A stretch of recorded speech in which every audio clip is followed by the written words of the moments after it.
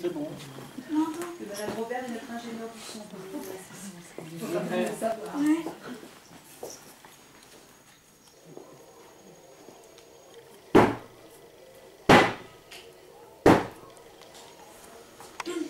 Il est 13h23. Sur le trottoir, la foule regarde le bâtiment E de la cité Marcel Pagnol. Un cœur humain un peu plus vite que les autres. C'est celui de Saïdi.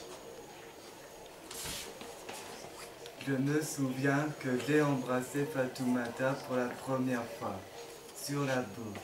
La minutrice était éteinte et j'avais trouvé ses lèvres. C'était chaud, doux et humide. Ça s'est passé là, au cœur du bâtiment E de la cité Marcel Pagnol.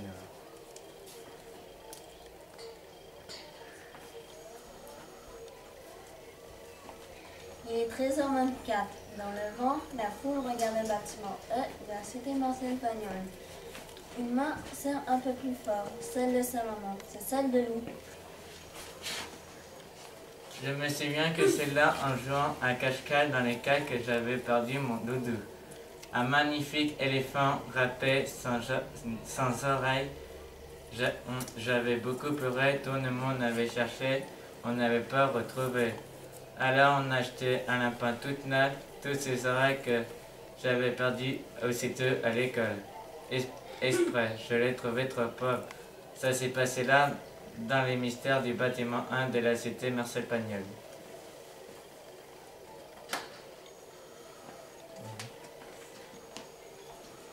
Il est 13h25. Derrière les barrières, la foule regarde le bâtiment E de la cité Marcel Pagnol. Une gorge est un peu plus sèche que les autres. C'est celle de Prune.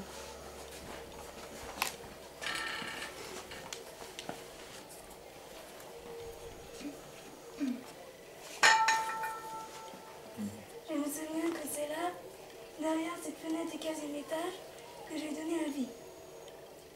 Cette nuit-là, il n'y avait pas de papa, pas de docteur, pas de sage-femme, personne pour lui tenir la main. Justement, un plafond qui dansait au-dessus. Je voulais ramener une nuit toute seule. La nuit a duré des siècles. Et au matin, ma fille dormait au creux de mon bras. Je l'ai rappelé l'histoire. Ça s'est passé là, dans le ventre du bâtiment E de la cité Marcel Pagnol.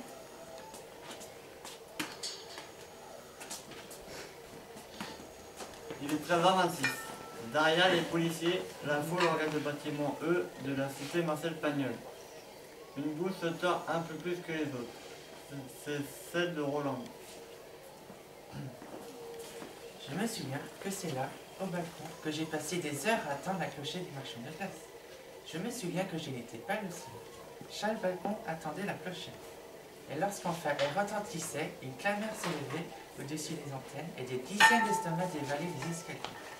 L'instant d'après, armé de boules vanille ou chocolat, chacun effaçait le gris du décor. Un matin de janvier, par surprise, le marchand de glace était parti à la retraite et avait fait chanter sa clochette pour la dernière fois et avait fait offrir une boule à chaque enfant de la cité. Cadeau, je n'ai rien mangé d'aussi bon que cette boule sous la neige. Ça s'est passé là, dans les rires du bâtiment E de la cité Marcel Pagnol.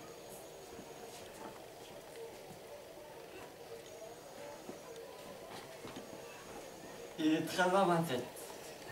Sur la pointe des pieds, la foule regarde le bâtiment E de la cité Marcel Pagnol. Un point se ferme un peu plus que les autres. C'est celui d'Elisa. Je suis en colère. Je ne peux détacher mes yeux depuis les nerfs de la tour. D'ici, je peux encore voir le dragon en mosaïque verte que j'avais créé avec ma classe. Je me souviens que c'était devenu mon obsession et qu'un soir, j'étais revenue toute seule pendant que mes parents regardaient la télé. À pas de l'eau, mon matériel dans un sac plastique, j'avais terminé les flammes de la bête éclairées par la lueur des lampadaires. Ça s'est passé là, sur le dos du bâtiment E de la cité Marcel Pagnol.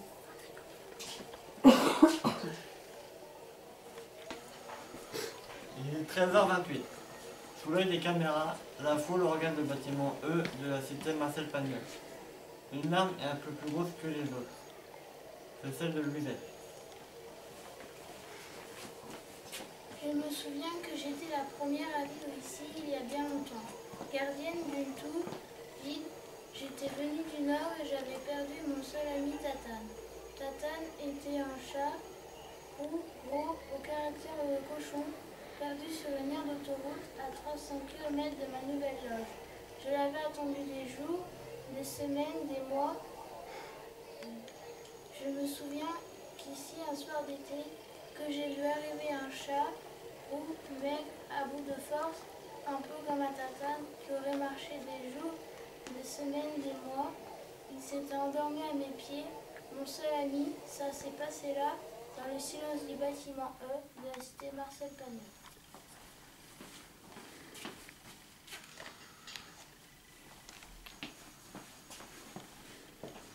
Il est 13h29.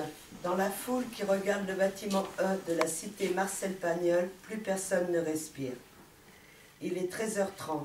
À l'heure prévue par les messieurs en costume, le maire appuie sur le bouton et une gigantesque implosion réduit en poussière le bâtiment E de la cité Marcel Pagnol. Il est 14h. La foule a disparu. Les barrières ont été rangées et les mobylettes ont repris leur manège. Le maire a bien expliqué à la caméra que tous les habitants seraient bien plus heureux dans le nouveau bâtiment F de la cité Marcel Pagnol. Et puis il est rentré dans sa petite maison pour manger un cassoulet. Dans le bâtiment E de la cité Marcel Pagnol, plus rien ne bouge.